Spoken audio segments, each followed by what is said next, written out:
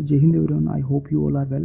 और आईएफए का exam complete हो चुका है, तो बहुत से भाइयों के कमेंट आ रहे थे कि यार पेपर का लेवल क्या रहा, हार्ड मॉडरेट या बेसिक सा रहा, इतना ज़्यादा कोई रहा नहीं। तो भाई मैंने आपकी जानकारी के लिए बता दूं कि मैंने 3 अटैम्प्ट दिए एयरफोर्स के। एयरफोर्स सेकंड 2025, फर्स्ट 2026, सेकंड 2026, और ये मेरा फोर्थ अटैम्प्ट है।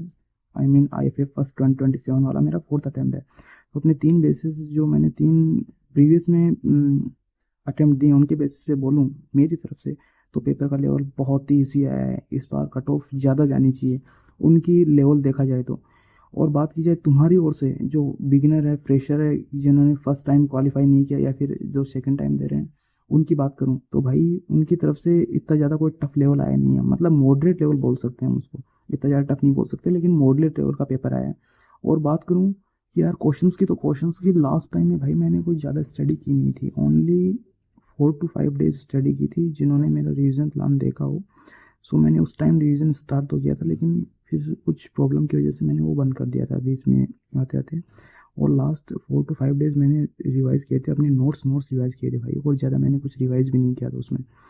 So most of the questions उनमें से हैं भाई, डिट्टो आए एज इट इज़, यहाँ से उठ के, मतलब ये इस लाइन से, ये इस लाइन से, ये इस लाइन से, मतलब कुछ भी चेंजमेंट ही नहीं हुआ भाई।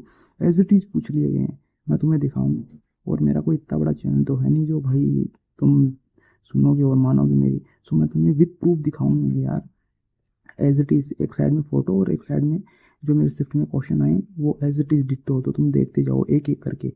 मैं अपनी नोट्स में एक एक क्वेश्चन दिखाता हूँ। तो भाई ये देख लो, अधिकतम गतिज ऊर्जा वाला 1/2 एम ओमेगा स्क्वायर ए स्क्वायर, इसमें आयाम को दुगना किया है।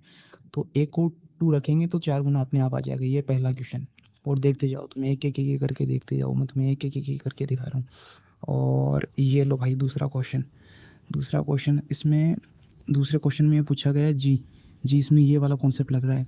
चंद्रमा पर जी पृथ्वी के g/6 होता है, मतलब पृथ्वी से कम होता है। इस बेसिस पे ये क्वेश्चन बना है। सेकंड वाला जो मेरे शिफ्ट में है, पैरेलल में देखते जाओ भाई, एक एक करके देखते जाओ। ये देखो भाई क्वेश्चन नंबर 3 में हमें प्रतिरोधकता मान दे रखे हैं। तो हमें डायरेक्टली स्टेटमेंट देखा हुआ है, प्रतिरोधकता मान केवल पदार्थ की प्रकृति और ताप पर निर्भर करता है। तो हमें जो प्रतिरोधकता मान दे रखे हैं, केवल उन मानों को रेशो के रूप में लगाना है और आराम से आंसर आ जाएगा। ये आराम से देख लो भाई, ये प्रतिरोधकता मान केवल पदार्थ की प्रकृति और ताप पर निर्भर करता है, एरिया वगैरह पर डिपेंड करता नहीं है। और ये अच्छे से देख लो, जबकि एक ही धातु से बने अलग अलग टुकड़े के लिए प्रतिरोध के मान अलग अलग हो सकते हैं, लेकिन प्रतिरोधकता मान एक समान ही होगा। ये अच्छे से देख लो भाई क्वेश्चन नंबर 4 में हमें 2 चार्ज दे रखे हैं और उनके बोल रहा है उनके बीच में ये माध्यम रख दिया जाए तो नया क्या होगा। तो इसमें नया वाले में देखो भाई, ये रहा माध्यम वाला वो फॉर्मूला, एफ माध्यम इज इक्वल टू निर्वात बटे एप्सिलॉन आर जो हमें दे रखा है, केवल वो रखना है, ओनली फॉर्मूले में वो रखना है और तुम्हारा आंसर डायरेक्टली तुम्हें आ जाएगा। F/2 उसमें आंसर आ रहा है, ये देख लो भाई।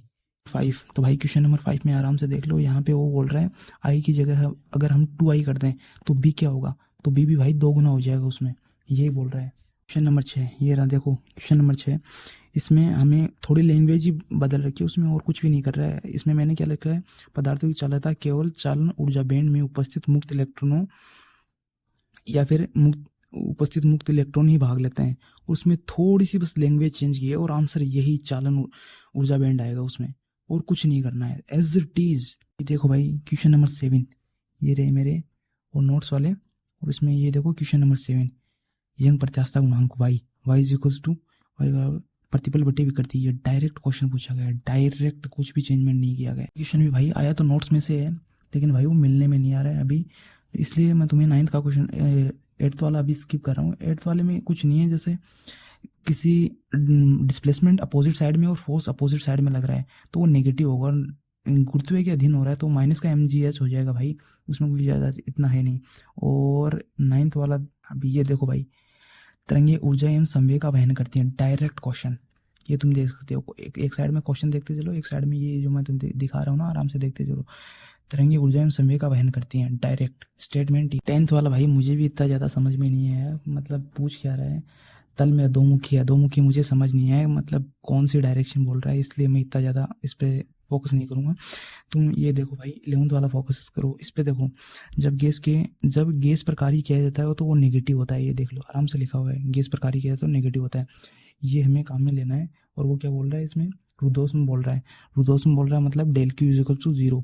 आंतरिक ऊर्जा हमें पूछ रहा है, तो ये नेगेटिव, मतलब ये हमें दे रखा है माइनस का, ये हमें नेगेटिव लेना, माइनस का 200 ये उधर जाएगा, प्लस का 200, D you equals two plus का 200 डायरेक्ट। क्वेश्चन नंबर 12, इसमें क्वेश्चन नंबर 12 में हमें ई के रेशियो दे रखे हैं, तो हमें कुछ नहीं करना, ये तो के का मान है, ये क्यू का है और ये आर का है, ये डायरेक्ट फॉर्मूला बेस्ड क्वेश्चन आया, ये रहा वो फॉर्मूला 1.45 ये तो के का मान होता है, ये क्यू होता है, तो हमें इसको तो काट ही देना सीधे सीधे, केवल इस पे डिपेंड करेगा क्यू और आर स्क्वायर पे, उसे डायरेक्ट क्वेश्चन आया है, मतलब डायरेक्ट फॉर्मूले पे कुछ करना ही नहीं है, केवल रेशियो बनाना है, आंसर आ गया। 13 वाला भाई मुझे इतना कुछ समझ में आया नहीं, और 14 वाला ए डेफिनेशन से दे दो, किसी धातु परत से इलेक्ट्रॉनों को उत्सर्जित कराने के लिए आवश्यक न्यूनतम ऊर्जा कार्यफलन कहलाती है, और उसमें हमें क्या दे रखा है, एक धातु का कार्यफलन 2 इलेक्ट्रॉन वोल्ट है, इसके परत से एक इलेक्ट्रॉन उत्सर्जित कराने के लिए आवश्यक न्यूनतम ऊर्जा, यानी हमें पता है उसके परत से अगर कार्यफलन की आपको परिभाषा आती है तो आप डेफिनेटली क्वेश्चन कर दोगे आराम से। उसमें कार्यफलन हमें दे रखा है, पहले से ही दे रखा है, 2 इलेक्ट्रॉन वोल्ट है, उसे बस केवल जूल में कन्वर्ट करना है, और ये भाई 1 electron volt is equal to 1.6 into 10⁻⁹ joule, वहाँ पे कितना दे रखा है, 2 इलेक्ट्रॉन वोल्ट दे रखा है, 2 से मल्टीप्लाई करना है, आगे आंसर डायरेक्टली। ये देख लो, ये तो ये डेफिनेशन, अगर ये डेफिनेशन नहीं आती तो आपसे क्वेश्चन ही नहीं होगा, और ये रहा कन्वर्ट करने का तरीका बस। और क्वेश्चन भाई मैं तुम्हें बाद में बताऊंगा, जो बीच में स्किप कर रहा हूँ मैं।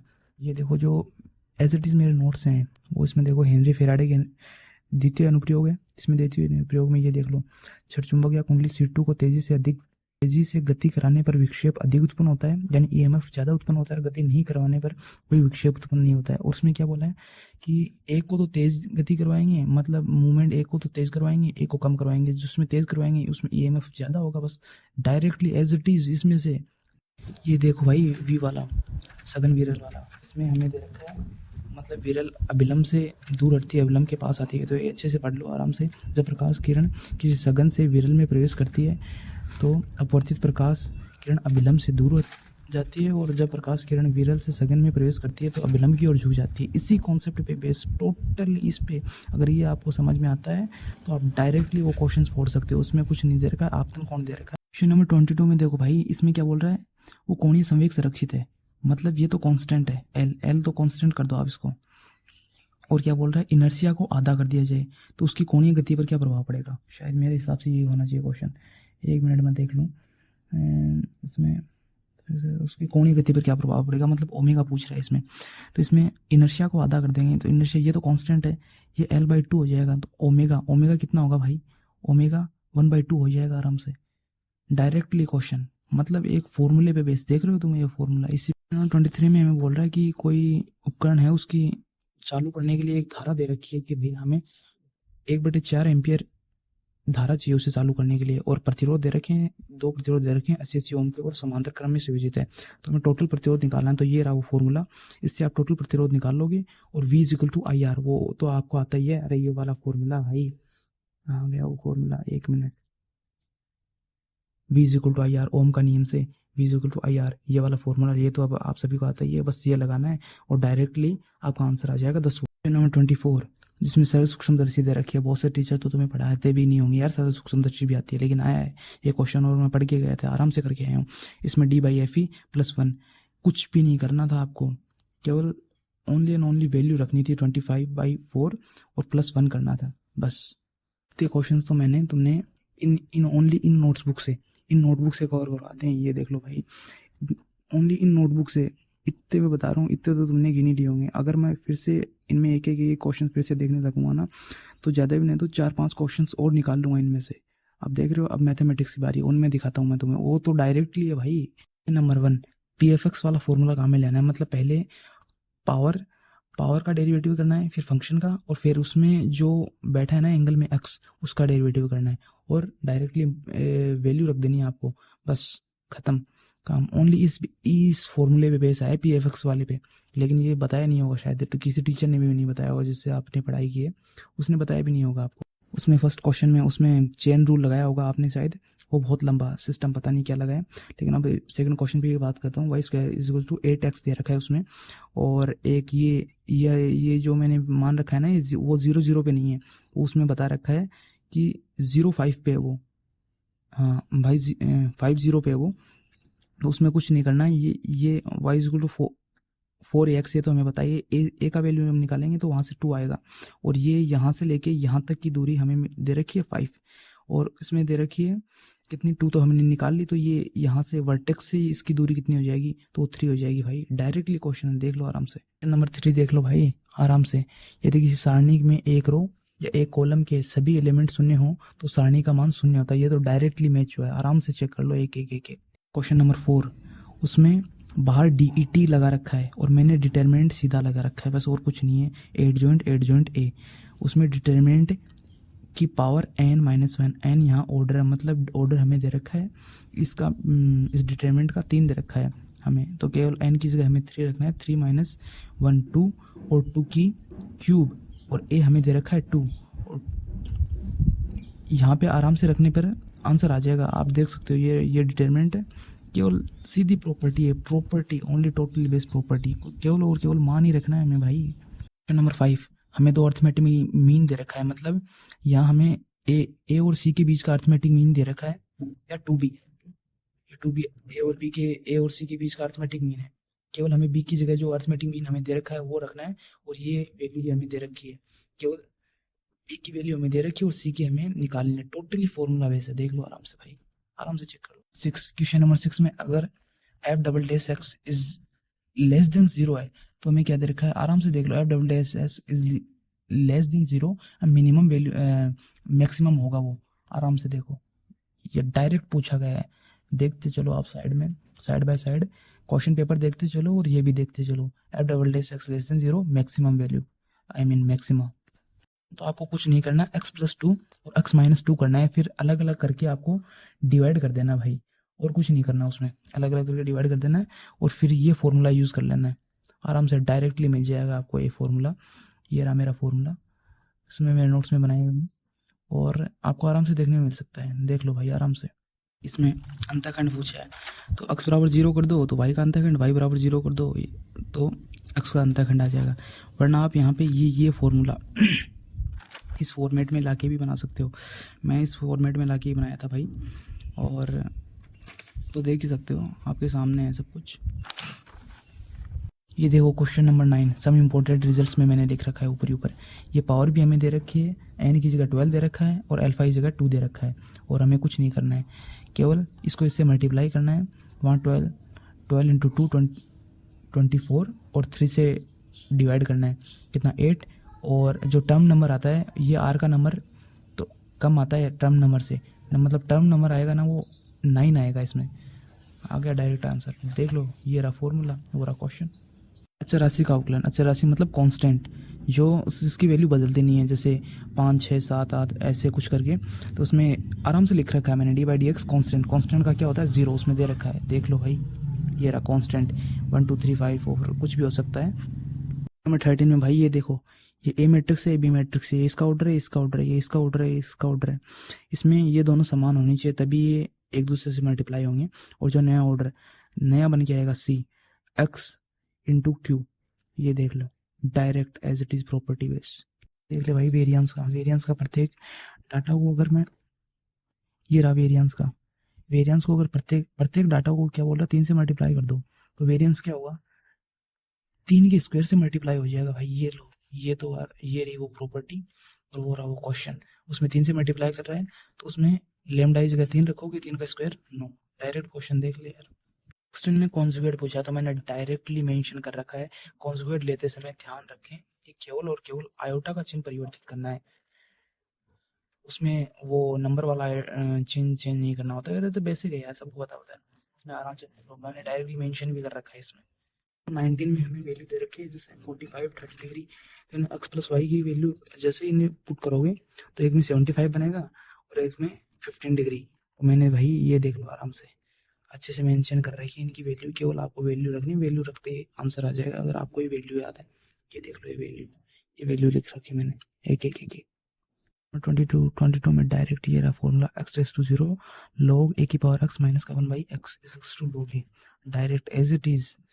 और ये कुछ आगे फॉर्मूला भी लिख रखा है मैंने, अगर कुछ टफ लेवल बनाएगा तो a की पावर fx माइनस का 1/fx = log a, ये देख लो भाई डायरेक्ट। 23 एक्सक्लूसिव इवेंट वाला है, उसमें हमें बताया अगर इंटरसेक्शन 5 है तो एक्सक्लूसिव इवेंट है। उसमें एक में प्रोबेबिलिटी पूछ रहा है, मतलब कम से 3 से कम है, एक में 4 से ज़्यादा है, तो उसमें इंटरसेक्शन 5 आ रहा है, तो डायरेक्टली हम बोल सकते हैं बोथ आर एक्सक्लूसिव, मतलब दोनों अपवर्जिंग, मतलब इंटरसेक्शन 5 आ रहा है। ये देख लो भाई डायरेक्ट क्वेश्चन। ये रहा 24 का क्वेश्चन। 24 के क्वेश्चन में इसमें कुछ नहीं करना, जैसे ये हमें इक्वेशन होती है सर्कल की, इसमें सेंटर में निकालना होता है, एक्स के कोफिशिएंट का हाफ का माइनस और जी के वाई के कोफिशिएंट का हाफ का माइनस करना होता है। इसमें ये सेंटर आता है, ये रहा भाई सेंटर, डायरेक्टली लिखा हुआ है, मेरा मेंशन भी किया हुआ है। और ये जो पॉइंट आता है वो उस, और जो हमें लाइन दे रखी है वो इसी पॉइंट से होकर गुजरती है। तो पॉइंट रख दो एक्स और वाई और इज इक्वल्स टू 0 कर दो, आराम से भाई निकाल सकते हो आराम से। ये देख लो, ये वो क्वेश्चन। और जैसे कोई क्वेश्चन बचे हैं भाई, तो उनमें वही क्वेश्चन बचे हैं जो नॉर्मल क्वेश्चन है, जैसे एक्स डी एक्स वाला हो गया, और भी क्वेश्चन हो गए। तो सिंपल क्वेश्चन बचे हैं, मुश्किल से कोई 1-2 क्वेश्चन ही, 6-7 क्वेश्चन ऐसे मुश्किल से बैठेंगे जो लेवल के क्वेश्चन हैं, और मानता हूँ हाँ भाई उनका लेवल है, अच्छा खासा लेवल है। और मैं उन सभी की तरह तो हूँ नहीं कि भाई जैसे और टीचर दिखाते हैं कि हमारे यहाँ से ये भी आया था, हमारे यहाँ से ये भी आया था, वैसे तो दिखाने को कुछ भी दिखाया जा सकता है, आप अच्छी तरह जानते हो ये बात। लेकिन मैं अपनी स्क्रीनशॉट्स के साथ तुम्हें दिखा रहा हूँ कि भाई ये नोट्स से आए थे मेरे। और अगर आपको लगता है कि हाँ भाई बंदा काम का है, हमारी कुछ हेल्प हो सकती है इसमें, तो सपोर्ट कर सकते हो यार, और मेरे साथ कनेक्ट कर सकते हो तुम। क्वेश्चन आपने सारे सारे लगभग लोग देख लिए होंगे जो मैंने बताया, एक एक क्वेश्चंस, और इस बेसिस पे आप जज कर सकते हो कि भाई मेरा स्कोर क्या रहा होगा। मतलब इन क्वेश्चंस के बेसिस पे जो मैंने दिखाए अपने नोट्स में, ये देख के आप अंदाज़ा लगा सकते हो कि कैसा क्या स्कोर रहा होगा मेरा पेपर में, इन बेसिस के ऊपर। और बात करूँ कि इसमें फेस सेकंड की, तो बहुत से अभी वीडियो बनाने में लगे हुए हैं और भी। सो अभी मैं बोलूँगा कि भाई अभी एमआर पे फोकस करो। मैंने क्वेश्चन तुम्हें एक दिखाते हैं, आगे क्या करना है मैं तुम्हें बता दूंगा, लेकिन अभी तुम एमआर या एसआर पे फोकस करो। अभी फेस सेकंड की तुम्हें कोई प्रिपरेशन स्टार्ट नहीं करनी है, अभी रिजल्ट का वेट करो। और इतने दिन तुम्हें अपने वेस्ट नहीं कर सकते, क्योंकि यार, क्योंकि जब तक रिजल्ट आएगा ना, रिजल्ट अप्रोक्सीमेट मान के चलो मिड मई में आएगा। इससे पहले रिजल्ट आने की कोई मुझे लग नहीं रहा है कि रिजल्ट आएगा, क्योंकि पिछली बार भी 42, 43, 45 ऐसे डेज लगे थे। उससे पहले वाले इनटेक में भी 42, 43, 5 डेज ऐसे लगे थे उसमें भी। तो इसमें भी एक्सपेक्ट मान के चलो कि 40 दिन से पहले तो हमें रिजल्ट किसी भी हाल में नहीं मिलने वाला है। और तो क्या ही बता सकते हैं, प्रिडिक्शन तो यही है, 40 से पहले दिन तो यार उम्मीद कम है मेरी तो, क्योंकि पहले यही फॉलो हुआ है यार, पैटर्न यही फॉलो होता है। तो इससे पहले तो हम एक्सपेक्ट भी नहीं कर सकते कि 40 से 45 दिन पहले हमें रिजल्ट देखने को मिलेगा। तो मिड में ही पकड़ लेगा जैसे तैसे करते हुए, तो इतने दिन बैठे हुए थोड़ी। एसआर और एमआर पे फोकस करो।